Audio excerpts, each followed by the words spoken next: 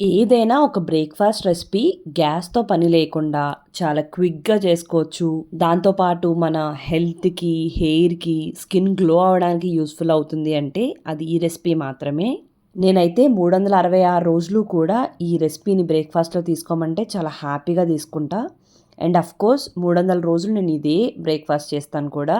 దీనికి మనకి fruits and dry fruits and dry nuts ఉంటే చాలు. వీటిలతో పాటు మెయిన్ ఇంగ్రీడియంట్ అయిన చియా సీడ్స్ ఉండాలి.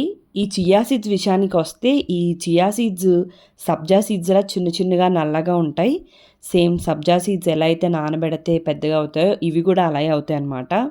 ఇది ఒక మిరాకిల్ ఫుడ్ అని చెప్పాలి. ఎందుకంటే ఇది బీపీని రెడ్యూస్ చేస్తుంది, కొలెస్ట్రాల్ లెవెల్స్‌ని తగ్గిస్తుంది, డైజెషన్‌కి చాలా హెల్ప్ అవుతుంది. అలానే వెయిట్ లాస్‌లో ఉన్న వాళ్ళకి కూడా చాలా చాలా మంచిది. అండ్ డయాబెటిక్ పేషెంట్స్‌కి కూడా మంచిది. యాంగ్జైటీని, డిప్రెషన్ కూడా తగ్గిస్తుంది. దీంట్లో ఫైబర్ ఉంటుంది, ప్రోటీన్ ఉంటుంది, ఒమేగా 3 ఫ్యాటీ యాసిడ్స్ ఉంటాయి, మినరల్స్ ఉంటాయి, యాంటీ ఆక్సిడెంట్స్ ఉంటాయి. అందుకే ఇది ఇంత చిన్నగా ఉన్న మిరాకిల్ ఫుడ్ అని చెప్పొచ్చు. నేను ఇక్కడ ఇద్దరికి చేసుకుంటున్నానండి. 2 టేబుల్ స్పూన్స్ రాత్ర సోక్ చేసుకుని ఫ్రిడ్జ్‌లో పెట్టేసుకున్నాను. 2 టేబుల్ స్పూన్స్‌కి ఒక హాఫ్ కప్ దాకా కూడా వాటర్ పోసుకోవాలి. ఇప్పుడు 2 బౌల్స్‌లో వేసుకొని మీకు నచ్చిన ఫ్రూట్స్‌ని దాంట్లోకి వేసుకోవచ్చు. నేను ఇక్కడైతే ఒక బనానా ఈచ్ అండ్ అలానే హాఫ్ యాపిల్ వేసి, తర్వాత రోజు తీసుకునే బాదం, పిస్తాని ఇలా స్లైసెస్‌గా కట్ చేసి వేస్తున్నాను. సో దట్ తినడానికి బావుంటుందని చెప్పేసి. వాటిలతో పాటు వాల్‌నట్స్ కూడా వేస్తాను. అండ్ అలానే దీంట్లోకి ఒక్కొక్క teaspoon sunflower seeds, melon seeds, pumpkin seeds వేస్తున్నాను.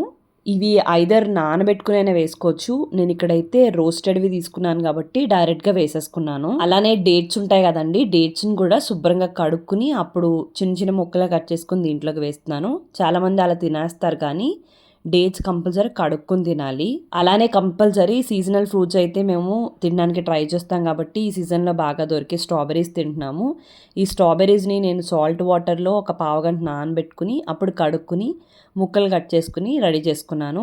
నేనైతే హనీ వేసుకోను. మా హస్బెండ్‌కి అయితే హనీ వేయాలి. ఇలా రెడీ చేసుకున్న బ్రేక్‌ఫాస్ట్ హాస్టల్‌లో ఉండే వాళ్ళైనా ఈవెన్ ట్రావెలింగ్‌లప్పుడు కూడా మనం హ్యాపీగా తినొచ్చు. ఇంతకీ దీని పేరు చెప్పలే కదా!